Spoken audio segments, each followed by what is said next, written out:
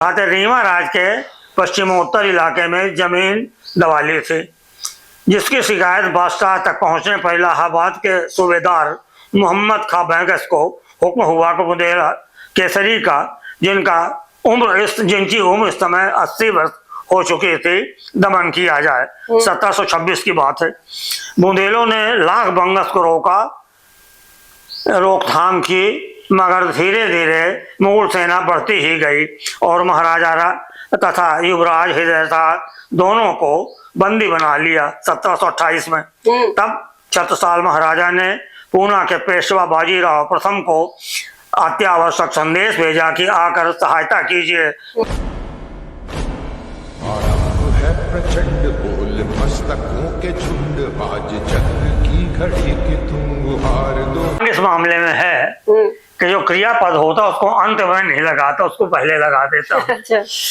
तो अच्छी लगती है, कुछ लोग पसंद करते, कुछ नहीं पसंद करते हैं। एक अभी नैकहाई की बात किया था, लेकिन यहाँ एक कार्यक्रम होता है नैकहाई का, जहाँ रण हुआ था, यज्ञ हुई थी।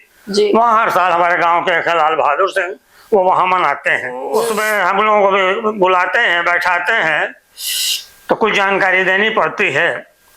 तो एक तो लिखा था लेख, उसको बता देता तो उससे पता चल जाएगा कि मैं किस प्रकार लिखता हूँ, क्या लिखता हूँ। तो वहाँ 8 फरवरी को हुआ करता है जी। उसमें जो मारे गए थे लोग, उनकी वहाँ छतुरियाँ हैं। तो यहाँ 2 युद्ध बहुत हुए थे, वो दोनों प्रसिद्ध हैं। बघेली में उनको जुझ कहते हैं। अच्छा। युद्ध थे, जुझ बघेली का है। तो ये जो हमारा एक वंश के बारे में, कहाई के बारे में बताया था मैंने जी। उसमें एक बुंदेलहाई युद्ध भी शामिल है जी। उसको मैं पढ़ के सुना देता हूँ, लंबा नहीं। बिल्कुल बिल्कुल। बुंदेलहाई नैकहाई युद्ध, बुंदेलहाई और नैकहाई दोनों बघेली है, जुझ भी बघेली शब्द है जी। ये बघेली में नहीं, हिंदी में मतलब होता है। जो हमने बताया कि हम वो बाद में लगाते हैं क्रियापद, वो यहाँ पता चल जाएगा कि काल था 17वीं शताब्दी का, लिखना चाहिए और था को पीछे तो हम आगे लगाते हैं। काल था 17वीं सदी का, जब रत्नपुर नरेश तखत सिंह कलचुरी के चचेरे भाई नीलकंठ देव राज्य की शासन व्यवस्था से असंतुष्ट होकर अपने परिवार तथा साथियों सहित रत्नपुर त्याग कर 1685 रीवा आए। रीवा के राजा भाव सिंह बघेल 1660-1694 ने उन्हें रहने के लिए रीवा से पश्चिमोत्तर स्थित गांव भोलगढ़ दिया। इसी दरमियान राजा भाव सिंह के बैकुंठवास के बाद उनकी दत्तक पुत्र राजा अनिरुद्ध सिंह सेंगर ठाकुरों के द्वारा मारे गए। बीन कुंवर चली गई मायके प्रतापगढ़। हृदय शाह बुंदेला ने रीवा पर, राजमाता थी ये, अपने अवधूत सिंह 6 महीने के राजकुमार से उनको लेकर गई थी। उसी समय हृदय शाह बुंदेले ने रीवा पर चढ़ाई कर खाली पड़े किले में कब्जा कर लिया। इसको लोग बात नहीं मानते हैं, इसलिए कि बुराई लगती है कि हमारे राज के ऊपर बुंदेलों ने चढ़ाई की। हाँ, उन्होंने दरवाजा भी बनवाया था, लेकिन इतिहास बताता है कि बातें दोनों सही हैं जी। तो 1000 सैनिकों को तैनात कर हो गया था वापस अपने मुकाम। यह जानकर नीलकंठ देव ने अपने 4 पुत्रों हिम्मत राय, साहेब राय, हिमांचल राय तथा चिंतामणि राय को बुलाकर रीवा किले में प्रस्थित बैरी बुंदेली सेना को तत्काल खदेड़ भगाने का आदेश दिया। मुश्किल से मात्र 46 जन ही जुट पाए, जिन्होंने दांतों से तलवार दबाए रीवा किले के दक्षिण प्रवाहित नदी बीहर को रात में ही पार किया। वो जो कुचुलिया है, कुचुलिया से सुबह होते ही पिल पड़े किले के भीतर पड़ी बैरी बुंदेली सेना पर।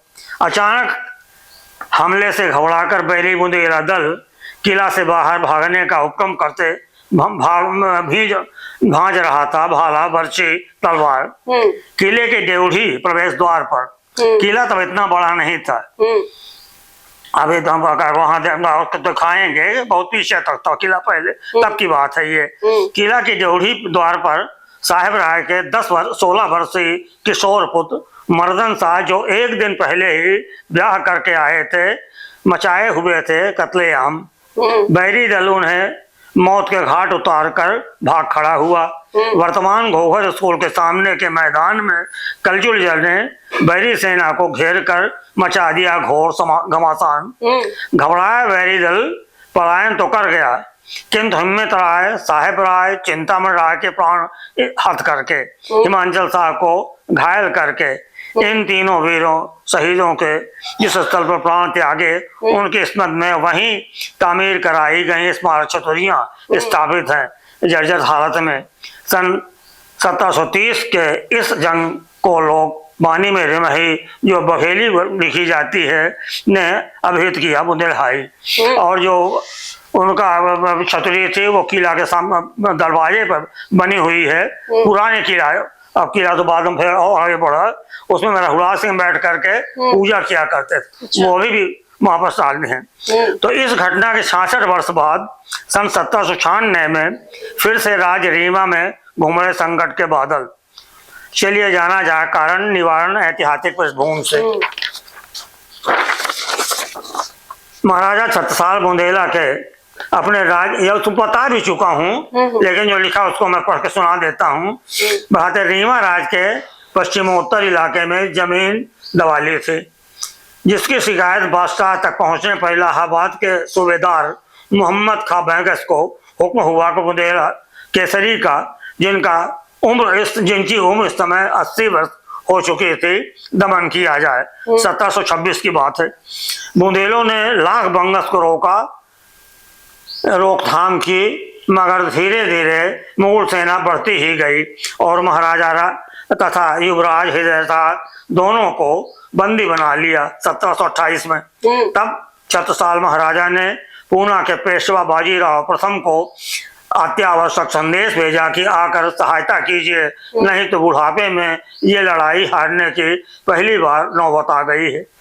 बाजीराव मुदेरे राजपूत की फरियाद पर पहुंचकर उनके मान मर्यादा की रक्षा की और जैतपुर के किले में बंगस को ऐसा घेरा कि उसके सिपाहियों को खाने तक के लाले पड़ गए।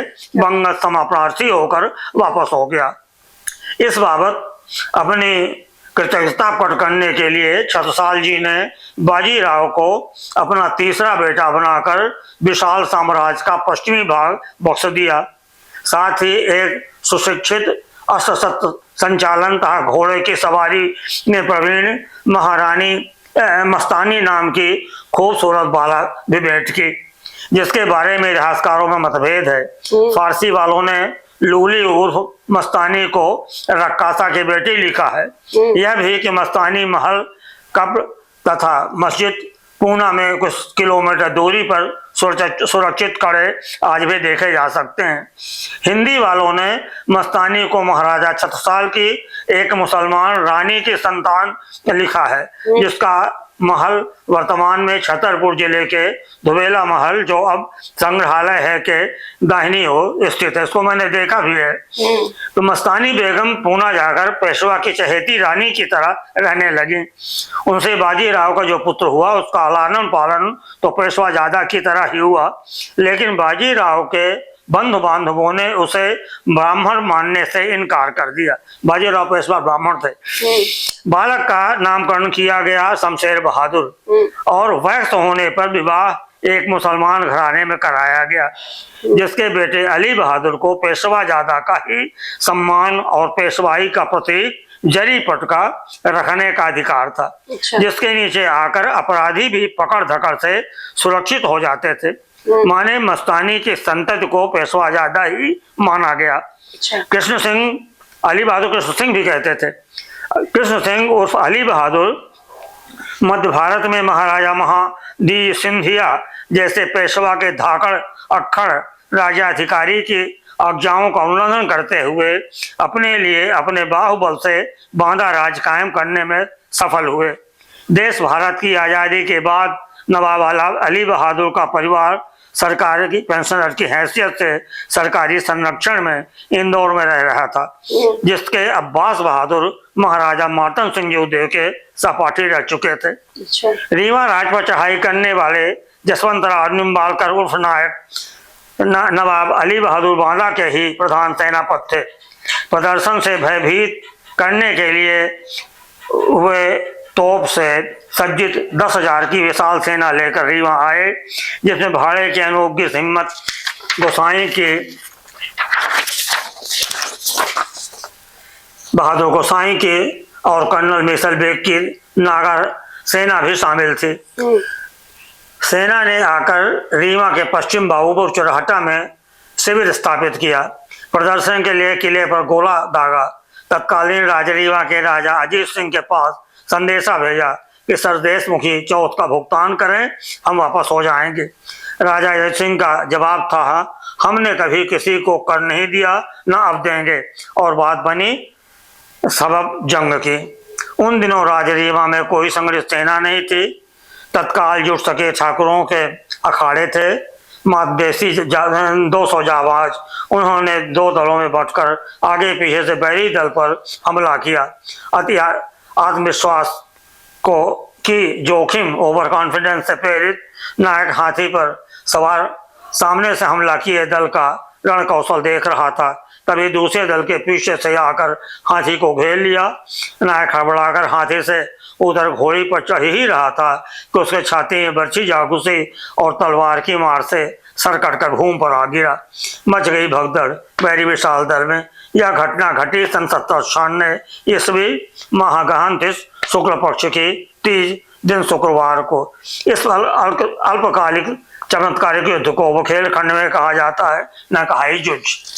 मैं मुझे इतिहासकार मानने में इतिहासकार नहीं हूँ, जो देखा पढ़ा सुना वही लिखता हूँ। इतिहास में क्या जो आपने लिख दिया वो हमने लिख दिया, वही इतिहास हो गया। और हम विश्वास करते हैं सही बातों पर, जो देखा मैंने उसको करने में। क्या बात है। कहते क्या करते रहते हैं। हाँ। लेकिन बचपन से मेरी आदत पड़ी हुई है। और तो अभी कल परसों एक तो गमला उठाया और मुंह के बल गिरा, पैर में चोट लगी, लेकिन हड्डी थोड़ी सी मेरी मजबूत है तो बच गई। तो मैं तो एक तो एग्रीकल्चर डिपार्टमेंट था भी, और उसमें वो भी है। अब उसके बारे में कभी कभी तो ऐसा तक हुआ है कि हमारा मतलब कहीं रिश्तेदारी में जाना था, तो इसके बारे में कौन हमारा सींचेगा गमला, हम नहीं गए। इतना मैं अपने पौधों को मानता हूँ, एक एक पौधे का नाम जानता हूँ, एक पौधे को रोज देखता हूँ। जो हमारा मतलब जितना इधर लिखने पढ़ने में है उतना सवेरे यही उठता हूँ कि आज क्या करना है। गार्डनिंग का अगर शौक है तो पूछो तो हम बताएंगे, गार्डनिंग के बारे में बहुत कुछ बताऊंगा। क्या बात है। इसके अलावा आपके क्या क्या शौक है? इसके अतिरिक्त आपके क्या क्या शौक है? जैसा मतलब जो होता है उम्र बदलती जाती है। बचपन में शौक था शिकार खेलने का। अरे वाह। जो काम बहुत गलत था लेकिन उस तरह का फैशन था। और कुछ मारे भी हैं, बड़े लोगों के साथ बैठे थे। गोविंद नारायण सिंह चीफ मिनिस्टर थे, उनके साथ खेलने का मौका आया और कई लोगों के साथ खेलने का आया। तो एक शौक ये भी रहा, कभी हुआ एक कहानी बन जाती है। क्या हुआ था कि मैं अमरपाटन वहाँ था सिरमौर में, एग्रीकल्चर असिस्टेंट कॉलोनी थी उसमें रहता था जी। तो वहाँ तहसीलदार थे, अर्जुन सिंह साहब के ससुर लगते थे। अच्छा। उनके पास गाड़ी थी पुरानी, और जो कार्य क्षेत्र उनका कार्य क्षेत्र मेरा भी था। मैं उनको दाऊ साहब कहता था। तो जब दौड़े में जाते थे मुझे भी ले जाते थे। तो उस दिन उनके साथ में गाड़ी में बैठ के और वहां से निकला। उस समय मेरे एक बेटा था और मैं पत्नी के साथ वहां रहता था। हमारे माँ आ गई थी और अब तक साले भी आ गए थे। तो जो उनको मतलब किसी चोर ने ये देखा कि मैं उनके साथ गाड़ी में बैठ के बाहर जा रहा हूँ, उसको ये पता न रहा होगा कि हम वहाँ से वहाँ तक गए थे मनगमा थे। मनगमा से लौट के रीवा आए तो दाऊ साहब यहाँ रुक गए, उनका घर है यहाँ, जो ये है ना अपना अरे बाल भारती, जी। जो उनके बड़े भाई साहब का है। और मैं फिर बस से चला गया घर का। रात में को थोड़ी सी उमस ऐसी थी, तो मैं दरवाजा खोल के, आधा दरवाजा खुला आधा बंद था, लेट गया। हमारे साथ बेटा लेटा हुआ था, एक तरफ हमारी पत्नी थी, उधर माता वगैरह बैठी है। तो रात को हमको लगा कि कोई अंदर घुसा है क्या। संदूक रखी थी एक दूसरे के ऊपर, माता जी की पेटी छोटी सी रखी थी, उसके ऊपर चपरासी था, उसकी पेटी रखी थी, वो हमारे यहाँ रख जाता था। तो ऐसा लगा कि वो पेटी उतार के नीचे रखा और माता जी वाली पेटी लेके चल दिया। अभी मैं घबराहट में हूँ, वो अच्छे से देख नहीं पाया। पता नहीं कैसे क्या हुआ कि वह जब लेके भागा बाहर को, तो मैं पीछे पीछे दौड़ा उसके। पीछे गया, आंगन के बाहर एक दरवाजा था, वो बाहर निकला, वहाँ बगीचे वहाँ बगीचा लगा था, तो वहाँ उसने पेटी रखी, बड़ा मोटा सा एक डंडा उठा के और उसने मेरे सर पर मारा। भगवान की कृपा, जो डंडा मोटा वाला पोर्शन था उसके हाथ पे तरफ था, और जो पतला वाला था वो हमारे तरफ आया, हमारे हाथ में आया, तो मैंने घुमा के मारा, तो कच से आवाज हुई, अब हाय रे करके बैठ गया। तो उसके दो साथी उसको पकड़ के उखाड़ के चले गए। ये हादसा हुआ, तो मैं पीछे पड़ गया। हमारे पैसे नहीं थे कि बंदूक खरीदूं, तो ये हुआ कि शौक भी पूरा होगा, वो होगा। तो वो अलग कहानी है, मतलब तो वो किया पैसा वैसा कोशिश की और खोजने खाजने की। बहरहाल पिताजी की बंदूक हमको मिल गई इसी बहाने कि तुम्हारी सुरक्षा रहेगी। तो जब बंदूक आ गई तो शिकारी हो गया, तो शिकार में खूब खेला। और शिकार खेलने का तो यहाँ तक हुआ है, जब विंध्य प्रदेश बना, देखो बूढ़ों गप मारने में तो मजा आता है। सही है। और वो बातें बताती है, सामने अच्छी लगे ना लगे, ये बात दूसरी है। नहीं तो हम पढ़ रहे तो उस समय वहाँ शहडोल में हाई स्कूल का एग्जामिनेशन दिया था, तो एक कैंप लगा वहाँ, क्या कहते हैं, कंटक में टीचर्स ट्रेनिंग कैंप स्काउट का। पिताजी इंस्पेक्टर ऑफ स्कूल थे, तो बोले कि तुम हमारे साथ चलो, वहाँ कैंप पे चलो। तो वहाँ गए, वहाँ विंध्य प्रदेश बन गया था। विंध्य प्रदेश के मिनिस्टर थे, उनका क्या नाम था, तो वो आए, तो कहीं से इधर उधर से पता नहीं क्या कैसी बातें हुई, उनको शिकार खेलने के लिए मचान बनाए गए। और बाघ के शिकार में पिताजी ने कहा, जा तुम्हारे पास बंदूक दिया, तुम भी बैठो जाके। तो बंदूक जो दी गई वो 360 बोर, बड़ी हैवी। अब जब हम चाचा जी हमारे साथ एक बैठे हुए थे, तहसीलदार थे, तो उन्होंने हमसे ये कहा कि जो बड़ा जानवर है मत चलाना। और वो बंदूक बड़े जानवर चलाने के लिए थी। हम पढ़ते थे 10वीं में, तो मतलब बाघ के शिकार में भी बैठा हूँ मैं। जब से निकला नहीं बाघों, तो बताया शिकार का भी शौक था। कभी होता है जवानी में साइकिल चलाने का शौक, तब साइकिल से हम लोग सतना जाते थे, सब इलाहाबाद जाते थे, बनारस जाते थे, यहाँ पे साइकिल से घूमते रहते थे। घूमने का भी शौक है, घूमा भी पूरा हिंदुस्तान करीब कुछ देख डाला। तो कुछ जो मतलब हम जाते थे, तो हमारी पत्नी मतलब धार्मिक विचारधारा की, तो वो तो चारों धाम देखते थे और मैं कोई दूसरी चीजें देखा करता था। इस तरह से वो भी देखा सुना, तो उससे बहुत कुछ हमको मिला भी घूमने घामने। तो मित्रों, ये थे हमारे मध्य कुंवर रविरंजन सिंह जी, जिनसे हम अभी वार्ता कर रहे थे, जिनसे हमने रीवा के इतिहास के विषय में जाना और ऐसी जानकारियां एकत्रित की जो आज अप्रतिम है हमारे लिए। तो चलिए मिलते हैं अगले एपिसोड में अगले नवीन रचनाकार के साथ, एक नवीन विचारधारा के साथ। तो तब तक के लिए मैं लेती हूँ विदा आप सभी से। अच्छे रहिए, स्वस्थ रहिए, मस्त रहिए और खुश रहिए। प्रतिक्रियाएं अपनी अनवरत देते रहिए। प्रचंड बोल मस्तकों के झुंड, आज चक्र की घड़ी कि तुम हार दो।